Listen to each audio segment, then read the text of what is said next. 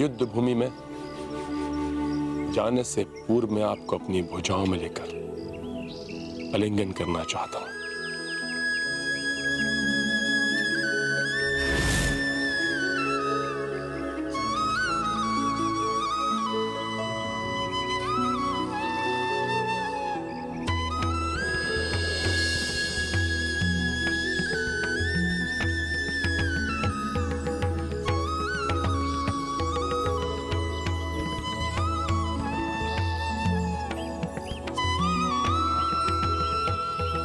कैसे दिखाऊं मैं आपको अपने हृदय की पीड़ा।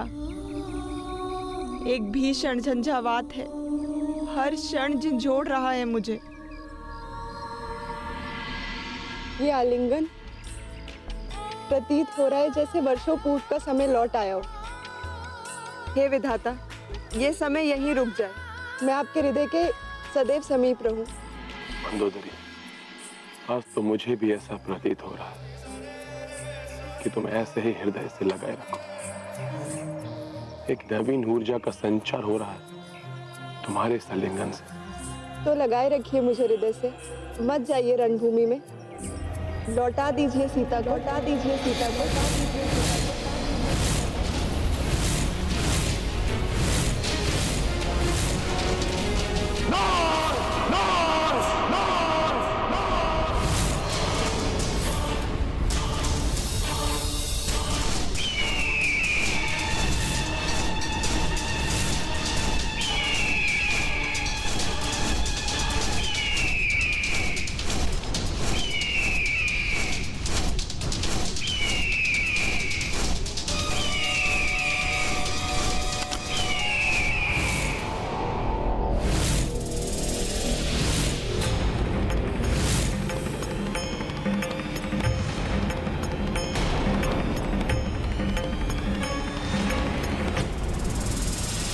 ये मरा हुआ सर्प भवन के द्वार पर, महाअशुभ संकेत है ये। अब तक तो किसी प्रकार अपने भय को अपने हृदय में दबाए रही, साहस के साथ मुस्कुराने का दिखावा करती रही, किंतु अब यदि मैं टूट गई तो नहीं, कितने भी अशुभ संकेत दिखाई दे, मैं अपने भय को अपने मुखड़े पर नहीं आने दूंगी।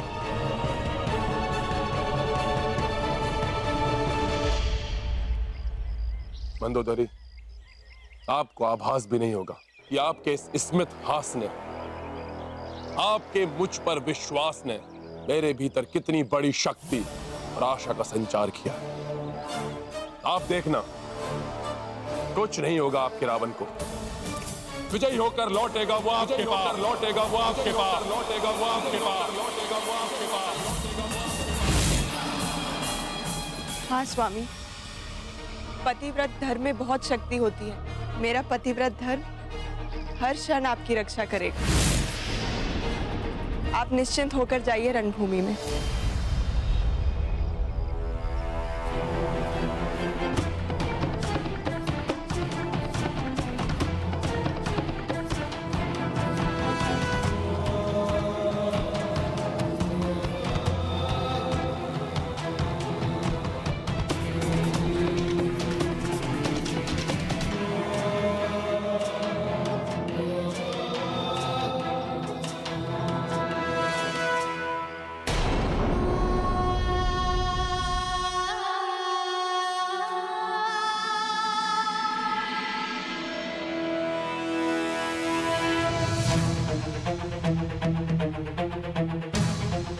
आज भी प्रभु एकाकी ही युद्ध करेंगे, अतः आज वो मुझे पुनः अपने रथ का स्थान देंगे।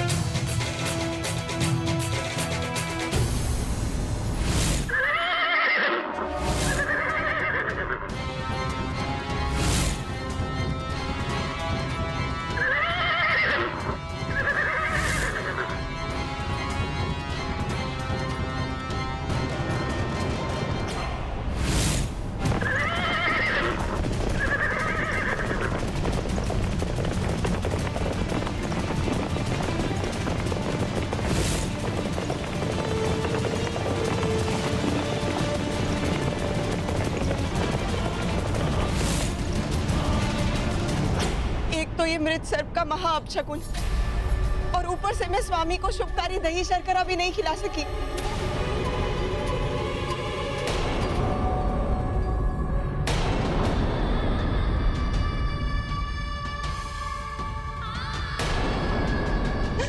इतनी बड़ी भूल कैसे हो गई मुझसे?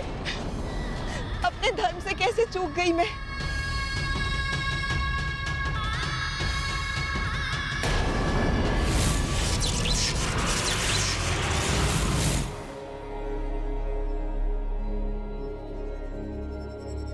पति एवं पत्नी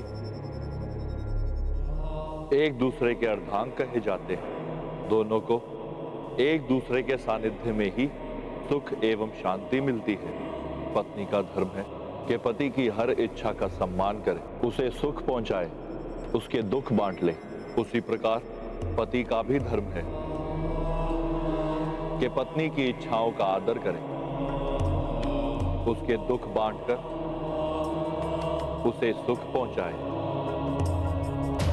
मंदोदरी ने तो अपना पत्नी धर्म भली भांति निभाया है, परंतु रावण ने कभी भी पति धर्म नहीं निभाया। उसने सदैव दुख दिए हैं पत्नी को। पहले पर स्त्री को ले आया और फिर पत्नी के मना करने पर भी पुत्रों को अपने अभिमान के बलि चढ़ा दिया। हाँ देवेश्वर, मंदोदरी भीतर से अवश्य टूटी हुई थी, किंतु उसने तब तक अपना साहस बनाए रखा जब तक पति उसके साहस से उत्साहित होकर विदा नहीं हो गए। यही है अर्धांगिनी का धर्म। किंतु रावण ने अपने अहंकार को अपनी अर्धांगिनी बना रखा है। वो अहंकार जो हर क्षण उसे अंधकार और पतन की ओर खींचकर लिए जा रहा है, और रावण के लिए विनाश को देखकर भी अनदेखा कर रही है। लंकेश रावण का रथ है, आज नहीं रुकेगा ये।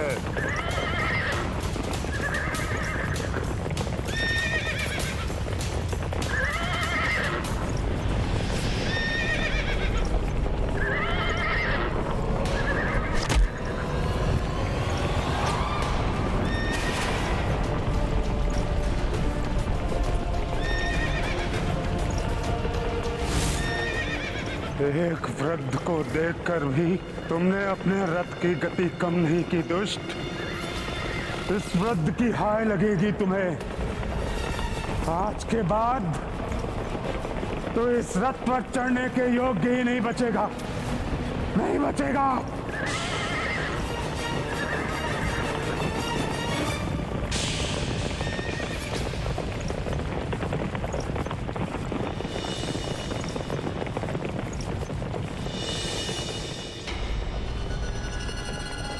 मुझ शनिदेव को भले ही हनुमान ने बहुत समय पूर्व तुम्हारे बंधन से मुक्त करा दिया, किंतु मैं इसी क्षण के लिए यहां रुका था। मुझे ज्ञात था कि अहंकार के मद में चूर तुम्हें वृद्ध के प्राणों की चिंता नहीं की, और तुमने ऐसा ही किया। तुम्हारे इस कृत्य के कारण तुम्हारे पाप का घड़ा भर चुका है। अब ये घड़ा फूटेगा, अवश्य फूटेगा। प्रभु श्री रामचंद्र के हाथों, चंद्र के हाथों, चंद्र के हाथों, चंद्र के हाथों।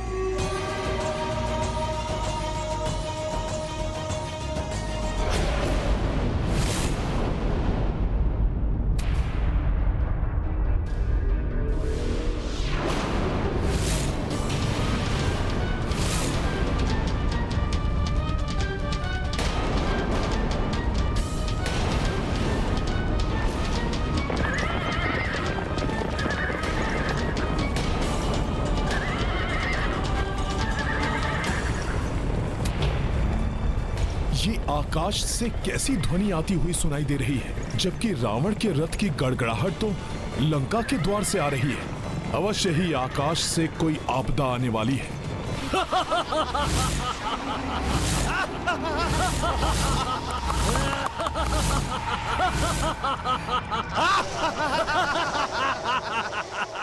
क्यों भ्राता? हाँ भ्राता, भ्राता विंधुनमाली, अब समय आ गया है। हाँ भ्राता उग्र दृष्टम, तुम्हारी दृष्टि की उग्रता दिखाने का समय आ गया है। अब तक तो हम इस युद्ध से विलग रहे, किंतु अब लंकेश एकाकी पड़ गए हैं। क्योंकि धरती पर अब कोई भी असुर लंकेश की सहायता के लिए शेष नहीं बचा। लंकेश ने हमें आकाश का स्वामी बनाया था। अब समय आ गया है कि संकट की इस घड़ी में हम लंकेश का साथ दें। और हमें वरदान प्राप्त है, अगर हमने लंका की धरती पर पांव रख दिए तो हम अजय हो जाएंगे। फिर कोई भी हमारा अहित नहीं कर सकेगा। क्यों भ्राता? हाँ भ्राता, इसलिए सर्वप्रथम हमें लंका की धरती को स्पर्श करना है। फिर हम युद्ध में लंकेश की सहायता भली भांति कर सकेंगे।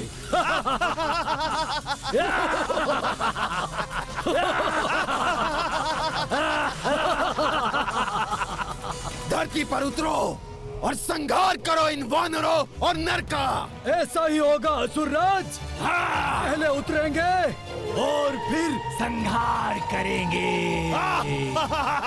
संहार करेंगे। उग्रदृष्टम, हमारी सेना को भले ही हमारा मुख्य उद्देश्य ज्ञात नहीं है, किंतु हमें इस बात का स्मरण रखना है, लंकेश की सहायता हम केवल इसलिए कर रहे हैं जिससे हम अनंत काल तक लंकेश के साथ मिलकर लंका पर राज कर सकें। आकाश की ओर से भी सतर्क रहना होगा मुझे।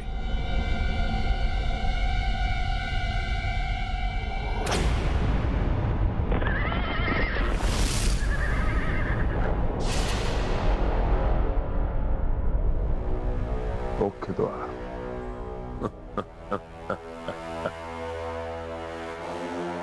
पंचम द्वार की ओर से जाऊंगा। अब ये लंका का मुख्य द्वार तभी खुलेगा जब लंकेश रावण अपने इस युद्ध में विजयी होकर लौटेगा। आज अपने मायावी पंचम द्वार से प्रवेश करेगा रणभूमि में ये रावण।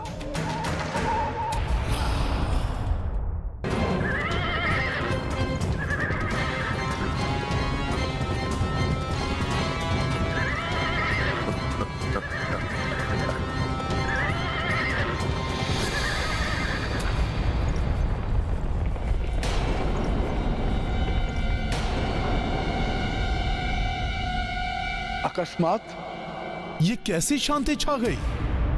रथ की गड़गड़ाहट रुक गई। भयभीत होके लौटने वाला नहीं है वो राक्षस।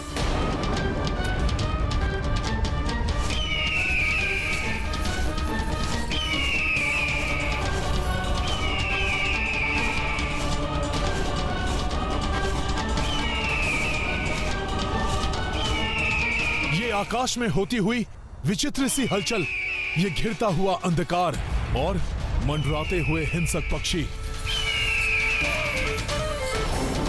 ये संकेत है आकाश से आती हुई किसी आपदा का। किंतु ये राक्षस राज एकाएक कहां रुक गए? कोई अन्य योजना बना रहा है क्या रावण? कहीं ये दुष्ट आकाश से आक्रमण तो नहीं करने वाला?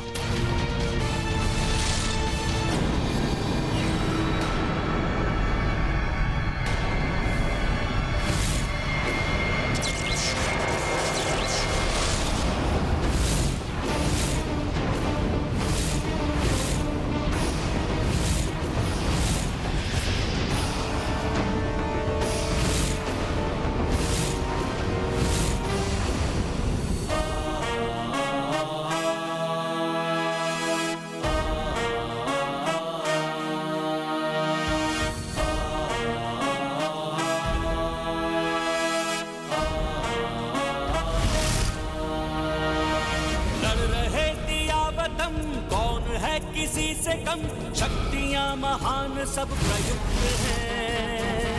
डर रहे दिया वतन कौन है किसी से कम शक्तियां महान सब प्रयुक्त है। धर्म का धर्म से, सत्य का असत्य से, नीति का अनीति से ये युद्ध है। नीति का अनीति से ये युद्ध है। कितनी भी माया दर्शा ले ये रावण, किंतु प्रभु आज आपके हाथों इस दुष्ट का अंत निश्चित है।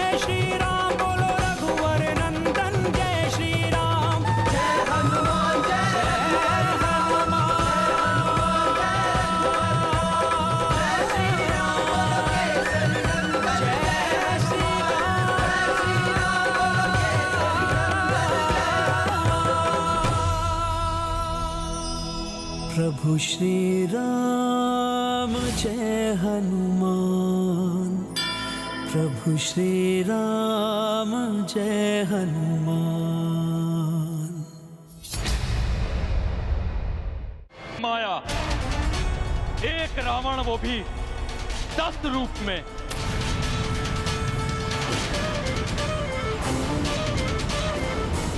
मुझे ज्ञात था भ्राता रावण आज युद्ध भूमि में अपनी पूर्ण शक्ति लगा देंगे।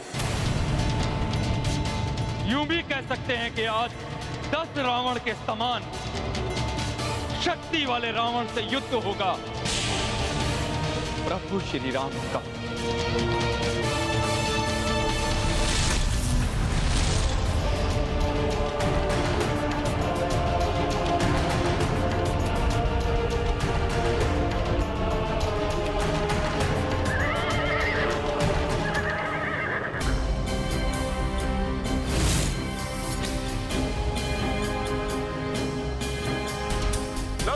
रावण प्रस्तुत है तुम्हारे सामने वनवासी। बहुत हो चुका जीवन मृत्यु की लुका छिपी का खेल। आज होगा अंतिम निर्णय। इस युद्ध की समाप्ति होगी तुम्हारी मृत्यु के साथ।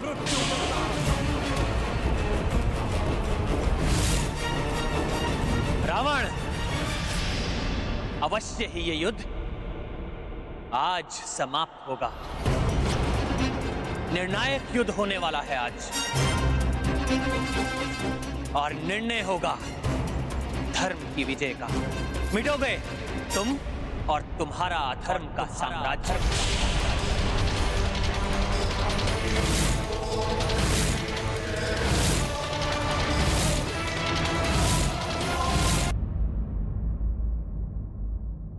रावण, अवश्य ही ये युद्ध आज समाप्त होगा। निर्णायक युद्ध होने वाला है आज, और निर्णय होगा धर्म की विजय का। मिटोगे तुम और तुम्हारा अधर्म का साम्राज्य। मैं पुनः तुम्हें स्मरण करा दूं, आज भी मैं अपना वचन निभाऊंगा।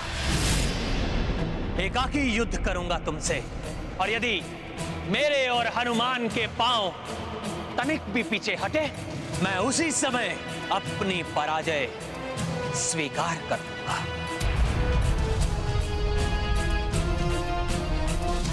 तुम्हारे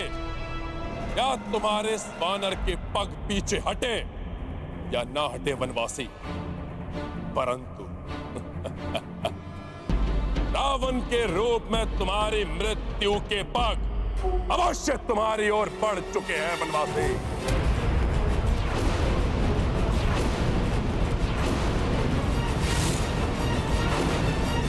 जिन्हें तुम वनवासी कह रहे हो, उनके और उन्हीं योद्धाओं के हाथों तुम्हारे भाई बंधुओं सहित तुम्हारी समस्त सेना का अंत हो चुका है। रावण, तुम्हारे भी अंत का समय आ गया है। शीघ्र ही तुम भी काल के गाल में समा जाओगे रावण, और तुम्हारे ये दमकते हुए स्वर्ण आभूषण तुम्हारे अहंकार के साथ ही धूल में मिल जाएंगे रावण। इन्हीं वनवासी के चरणों में पड़ी होगी तुम्हारी निर्जीव देह, निर्जीव देह, निर्जीव देह, निर्जीव देह। भूल में तो मिलोगे तुम, तुम्हारा ये वनवासी प्रभु और तुम्हारी ये संपूर्ण वानर सेना।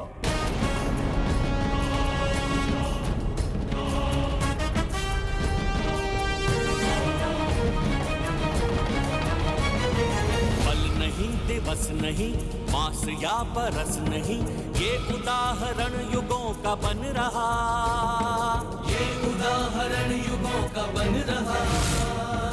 मान अभिमान क्या और स्वाभिमान क्या, आज युद्ध देखो इनमें ठन रहा, आज युद्ध देखो इनमें ठन रहा। अब कहाँ क्या देर है, पास ही सवेर है,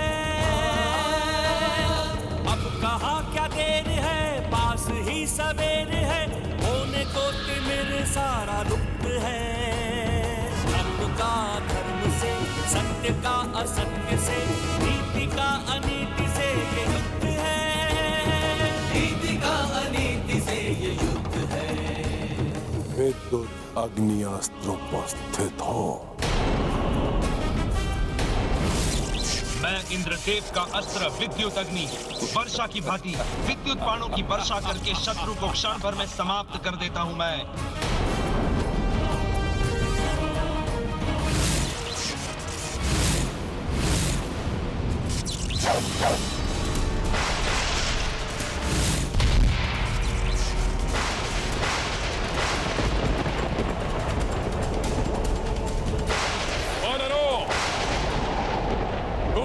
मिलने के लिए प्रस्तुत हो जाओ।